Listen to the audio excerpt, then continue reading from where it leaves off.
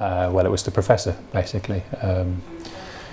I went to see him about sleep apnea, and basically once we'd kind of got that sorted out, he suggested that I went on the trial. So yeah, I was interested to try something that wasn't sort of invasive during the night, which, you know, the Snoozeal is, because it you just use it for 25 minutes a day, don't you, and then the job's done. So yeah, I was quite interested to try it out, something new. I tried lots of other things, to be honest, not with any success. The thing about the Snoozeal was it was the first thing that I ever tried that actually made a difference. So I was delighted to sort of be on the programme for that. I tried things up the nose. I tried sort of jaw advancement devices, nose drops, other things, sort of stents to hold the nostrils open, things like that. So lots and lots of, I've got a list of items that I tried.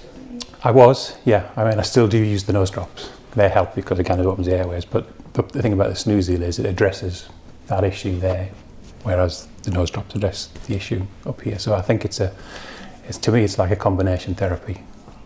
I would get up every morning feeling hungover. That's the only way to describe it, was just feeling like death. So a headache, you know, parts of me used to ache, things like that. So I have to say that the Snoozeal was, well, I don't think life-changing is too much of an exaggeration. Just to wake up without the headache, without all your joints aching and, you know, just feeling awful. It was transformational, no question about it. I'd be getting up at least twice a night. In fact, that's one of the reasons that I could say that it was working, was because I didn't get up during the night. Fantastic. So it was a marked difference, almost, you know, within a few days of starting. So, yeah.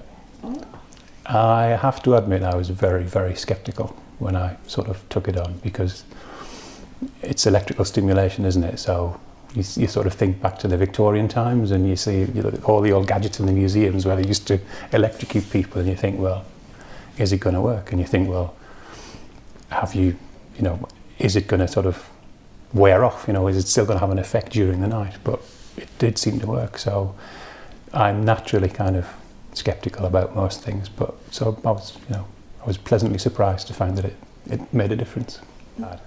It's great. You just plug it in and it charges, put it in and it works. There's no problems there. So I'm quite happy with how that goes now.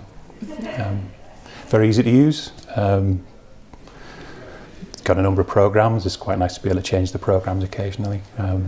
But, you know, sticking to the one that you know that works seems to be the way forward. You do have to be kind of disciplined. You know, you think about going to bed 25 minutes earlier than you would normally so you can do your therapy. So you've got to work at it, is my opinion. You've got to be disciplined. I mean, I really notice it when I don't use it. I can tell. I can tell when I wake up on a Saturday or a Sunday when I've been a bit lazy and not done it. I can tell that, you know, something's not quite right. No, it seems, you know, like I say, it does have to be something you have to plan. So going on holiday and things like that kind of knocks you back a little bit. But it's not like you stop using it and it immediately causes you a problem. It sort of gradually wears off, effectively, the effect, as far as I can see, and then you just start reusing it, and then you're back to where you were. So although you do have to be disciplined, there's a little bit of leeway there as well, I think. Well, I wouldn't be without it now. So it's, you know, just part of life. Just got to crack on using it. I think it would be useful to have an app, an Android app, to sort of do the job of the control unit, possibly. Other than that, really, I'm quite happy with how it is. It seems to work quite successfully. So yes, I downloaded Snoozeal, and it is really, really interesting to see the graphs from, you know, 3 months ago to the graphs now. It's a marked difference. So I'm delighted with that. I think I'm quite lucky in that my wife she sleeps very well, so she doesn't tend to notice it. She was actually the person that kind of put me forward regarding the sleep apnea. So she's less than affected by it, but I think it's a more personal thing. And I feel actually quite sorry for people that might be suffering from this, who live on the road, who might not have anybody to say, you should get this sorted out. So, well, typical bloke, she used to bring it up and I used to ignore it. And then finally, I was dragged off to the doctor forcibly and said, this guy's got sleep apnea, what are you going to do about it? And, I think, to be fair, it's actually, off the record on the NHS, it's actually quite hard to get taken seriously, the apnea side of things. So I was quite pleased that she did make me do that, and it got sorted. And then, I had the mask originally, but I find that I'm able to do without that now because I've got, other methods of coping with the apnea and the snoring. So the CPAP is great, but it's quite uncomfortable. I think it's quite a blunt instrument. I mean, you can see how it might be life-saving for some people, but if you've got mild apnea, it is quite uncomfortable to sort of have the mask on and your chest gets inflated every night. So this is good because, well, there's nothing there, is there? There's nothing inflating you, basically. So, yeah. Obviously, I prefer it to the CPAP.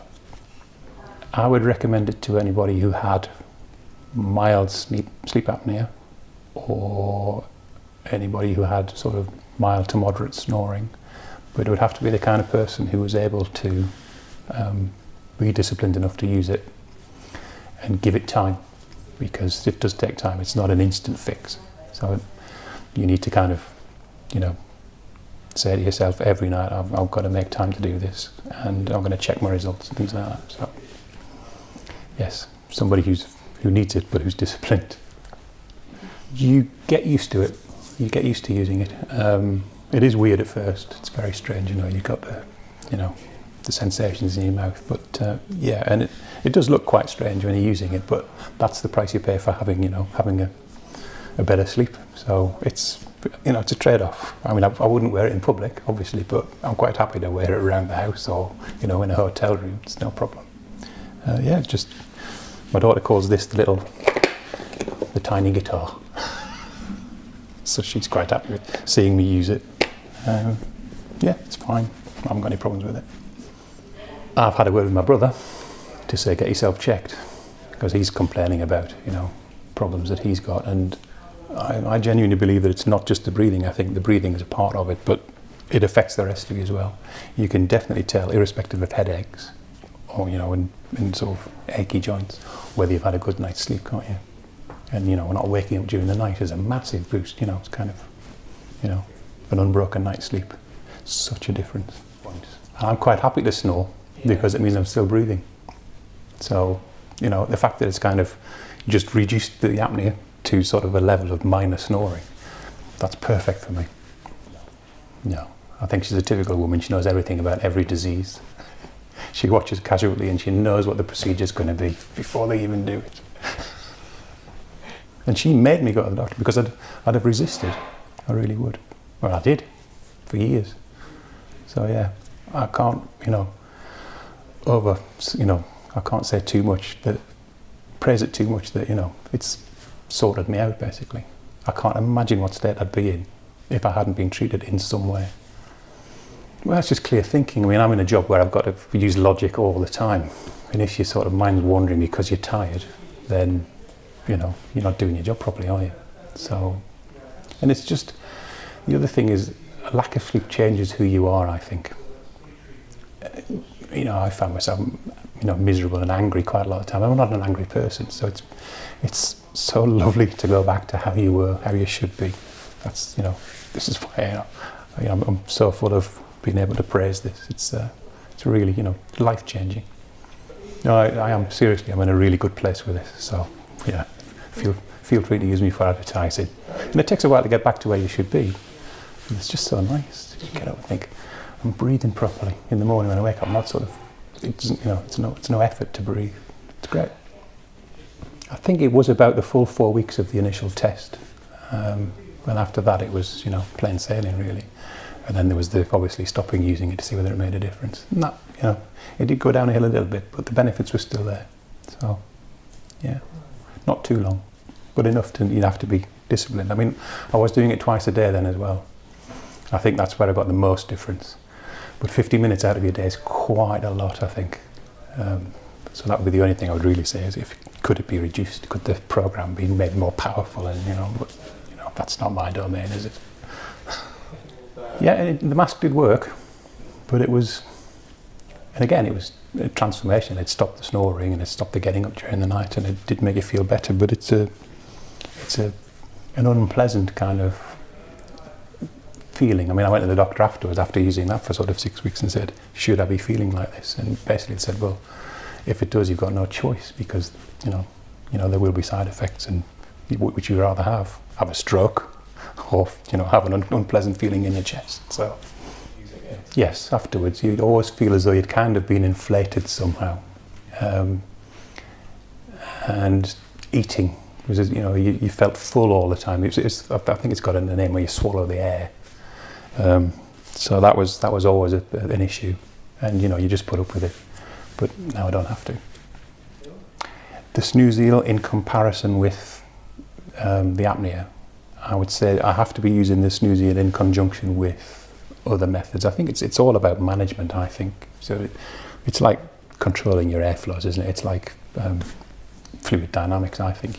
You've got to kind of take control of it, and it's going to take time. If you fix something down here, it might be that it affects something further up here, and vice versa. So I think, it's a complex issue, and I think the Snoozeal is, it's part of an armoury. It's part of my armoury that I can use to improve my quality of sleep. So yeah, it might help some people just using it on their own, but certainly I have to use it in combination with one or two other things. The drops are the best, yeah, but I sometimes use a stent as well to hold the nostrils open as well. So the combination would be the best: drops, stent, and Snoozeal. And I can show you on the Snore app, the difference between the two. Your loud snoring 6 months ago, virtually nothing, and I've got those three things in place. It's the tongue. I mean, it's clear. If I put the drops in and don't use the Snoozeal, I've still got the snoring. Whereas if I'm using the Snoozeal, then it reduces the snoring, not to nothing, but I'm quite happy with that. Like I say, it's a big improvement from where I was. I'd rather be breathing and snoring than not breathing. I'm quite happy where I am with when I look at that app in the morning and it says you haven't snored very much, I'm more than happy with that. I mean, obviously the knock-on effects are that because I'm feeling better, I'm more inclined to do things, exercise and things like that, and I do a better day's work, and it's life-changing, no question about it. Is it? I mean, I just can't imagine how I would be now if I hadn't met the professor. I really can't. I mean, part of me says, I could be dead, I could have had a stroke or whatever. I'd certainly, be, miserable and unhappy. So, I can't praise the work that the prof's done with me enough.